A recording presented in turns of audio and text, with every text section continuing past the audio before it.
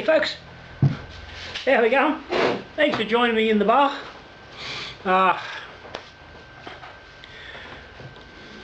Doing tasting day on the dry extract German Pilsener, which I did a little while back.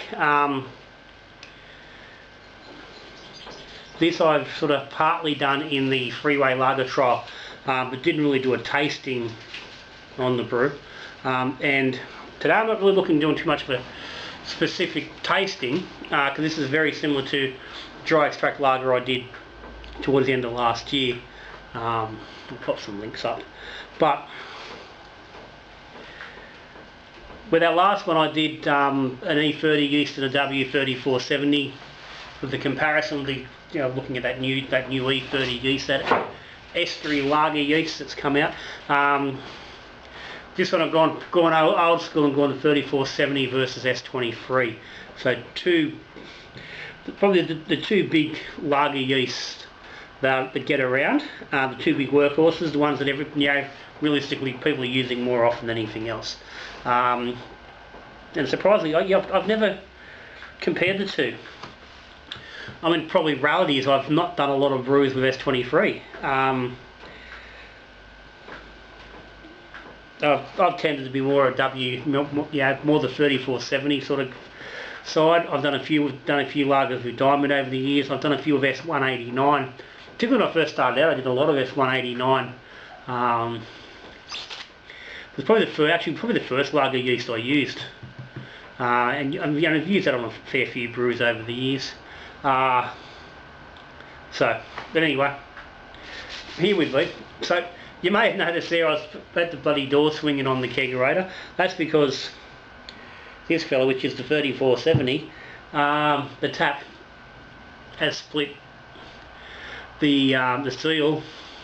That I don't know exactly what it's called. It's like a little hat that sits on top of the tap lever, and then has a second seal on top of it.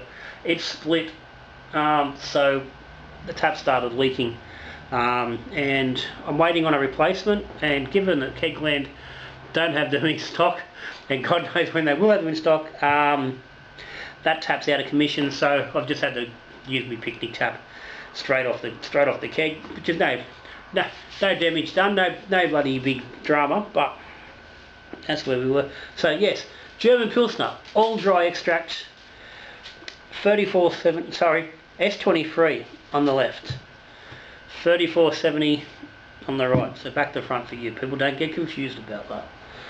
Okay. I don't start slurping on these because I've been in the garden for the last little bit, and I need something cold and wet.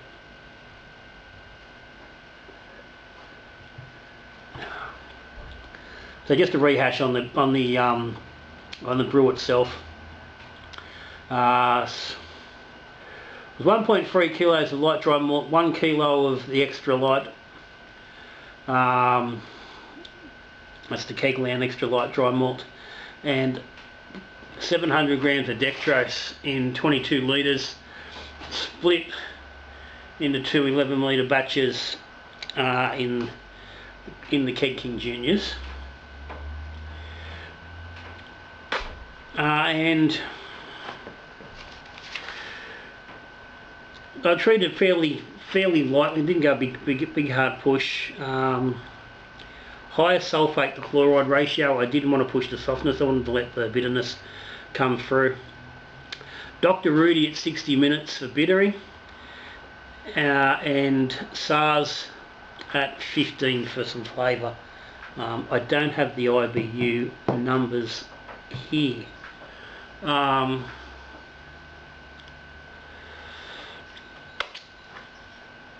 think, I don't know if the recipe's linked in the original video or not. I will get the recipe up there one way or another.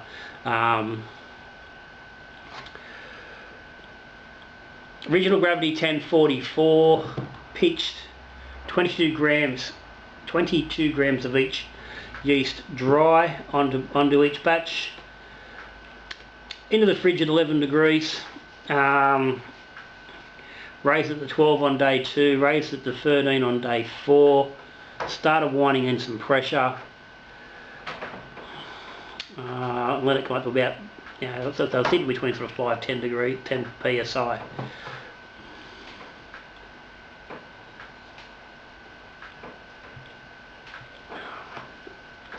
Day 7,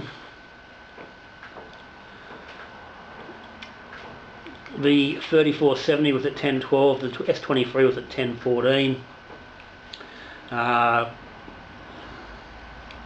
The S-23 was holding a few psi of extra pressure. It had built up to 16 psi at that point, and the 3470 was at 12 psi. So enough pressure there to suppress the yeast a little bit, stop it from getting carried away. It was raised, both were raised to 18 degrees. You'll see they're both sitting in the same ferment fridge. Brought up to 18 degrees on day 7. I haven't got the details here on when it was actually cold crashed. It was brewed on the 6th, it was kegged on the 20th, that's 14 days, so it probably had about a 3-day cold crash. It would have been 3 or 4 days at the 18, and then about the same on the cold crash. I haven't written down when it was, but somewhere around that. Final gravity is pretty much 10-10 on both beers. So they finished at the same place, 4.5% ABV on both. Yep. So, being in the keg, like I said, 20 for the 3rd, so what's that, 5 weeks, to 20, I think it's the 28th today.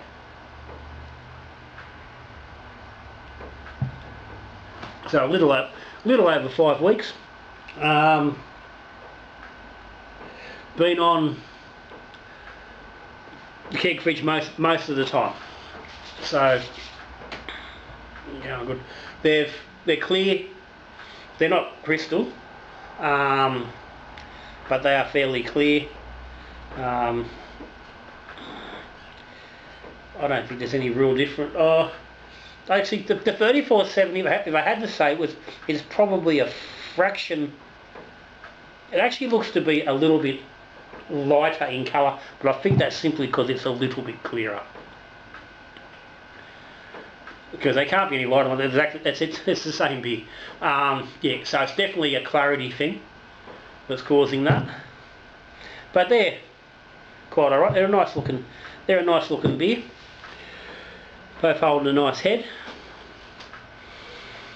Now, looking at the yeast, and we're also looking at. I also want to look at the Dr. Rudy. I haven't brewed with Dr. Rudy for a long time.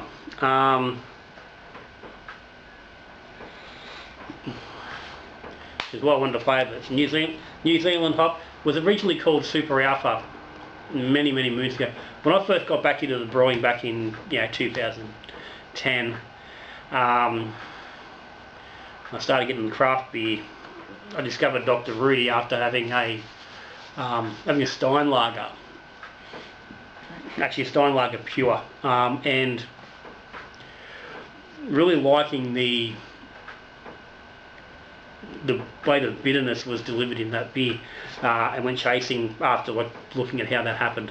And they were using Super Alpha.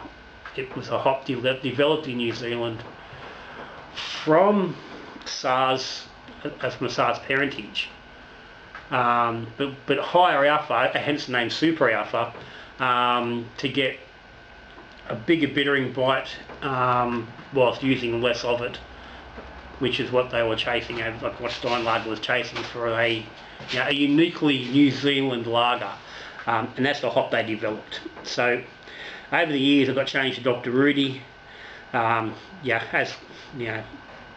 Seems to be a bloody common thing these days. They want to change it. It happened a lot in New Zealand. I don't know why, whether there was some sort of ownership change with hop companies or whatnot, but quite a few New Zealand hops have undergone name changes.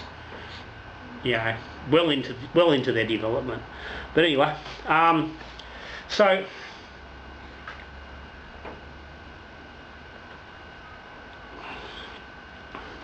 this would be fairly similar to that last dry extract. Not much different in the makeup of the beer itself and the IBU contribution. It's just that difference, and it does work quite nicely.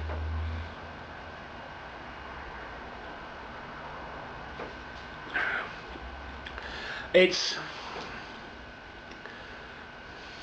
not quite as snappy as I would have liked, but the reality is it's probably 4 to 6 IBU below the level required to really get that big bite that I remember from that Steinlager beer. And that comes from, I said, trying to keep this beer in the same sort of place as the fresh wort kit and the partial mash kit that I was using in that freeway lager trial. Ideally I would have liked to have pushed this a little bit higher, more into proper Pilsener range, getting up into the high 20s IBU, even into the low 30s. But I think by memory, I think this might be sitting around, it might be 22, 24 IBU. But anyway, taste wise,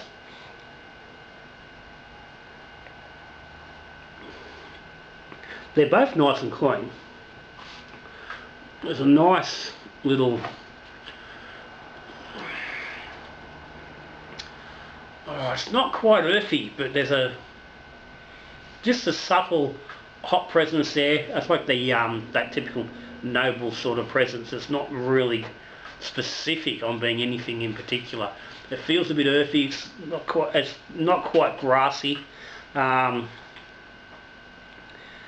it's certainly adding a nice smooth character underneath the beer. The malt's coming through quite nice.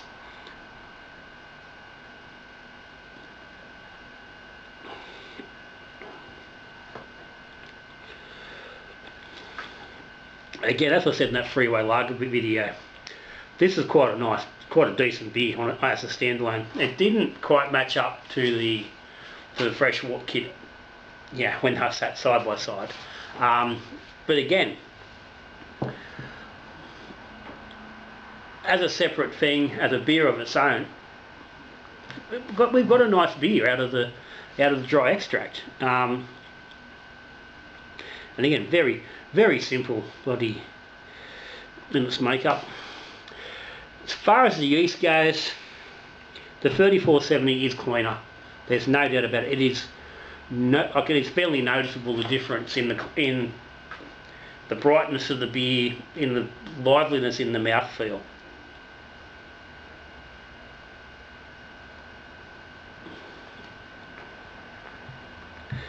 It's light. It's got a little bit of, I want to say bounce. It's comparatively. Those hops are just a little bit sharper than the S-23.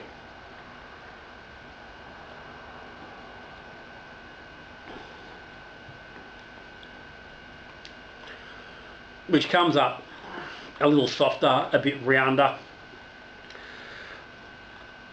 There's a slight fruitiness, and again, it's nondescript, but it's just generalised. But it is there, so there's a bigger mouthfeel, and it's almost really,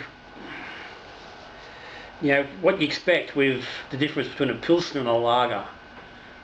You got the sharpness and the snappiness of the the real clean finish of the Pilsner, when the lager's got that sort of softer, it comes in softer, it's rounder, it just finishes easier in the mouth. Which is better? Who knows? That's like most stuff. It's going to be very preferential. So I'm going to like one over the other.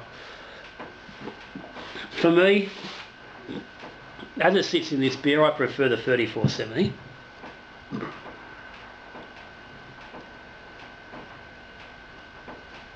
I said it's a little bit crisper, a bit cleaner.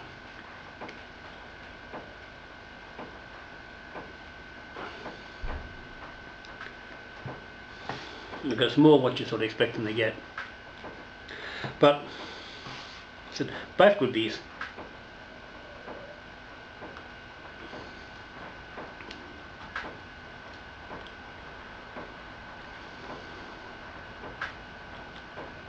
Yeah, I certainly in this situation and with this recipe, I prefer that beer. And the reality is, it's probably why I do tend to go 3470 for me beers.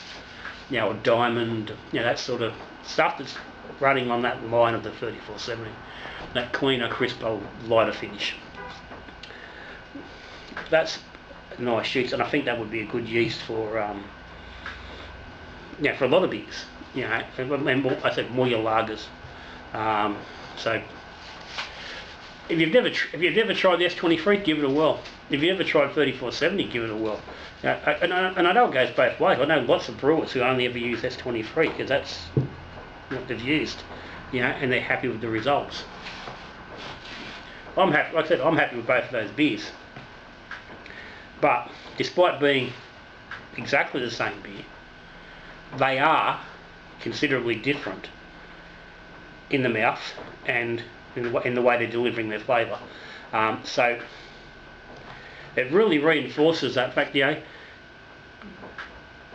can't just sit back and, well, you can if you want to, but you really should consider trying different yeasts on the same style of beer, because you do get a different result, and you don't know what of those results is going to be the one you prefer. Do a split batch. But, yeah, I get that people. I mean, a lot of brewers have that problem where they can only ferment one batch, or they've only got one keg, or they've got limited space. So brewing extra is difficult. But if you've got the availability to do a split batch, this is the perfect sort of thing to do it with some yeast. Get your beer, split it, put it over 2 yeast, and have a look at the difference. Worst case scenario, you've got half a batch of beer you don't like. You've only lost half a batch of beer. Chances are, if you like one half of the batch, you're going to drink the other one. Yeah. Yes, I prefer that, but I'm still going to drink that. No, that's going to get drunk, no problem at all. I'm not going to drink it.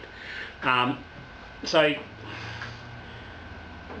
you're not really going to lose everything. You know, I get you do a full batch of something different.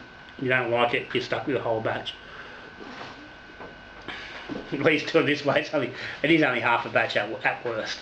So worst case, you've got half a batch you can't drink, or you've got half a batch that you'd rather drink something else. But you learn, and that's a big part of brewing, learning. So that be her. Like I said, that's the beer I prefer. We've sat here and I've drunk more of that. I mean, it's not much, but yeah. So 3470 S-23. Both make good beer, and we knew that. That's not a surprise. No one's fucking learned anything new from there. But yeah, I'm actually I'm glad I've done this, because I said I've never done it separately, and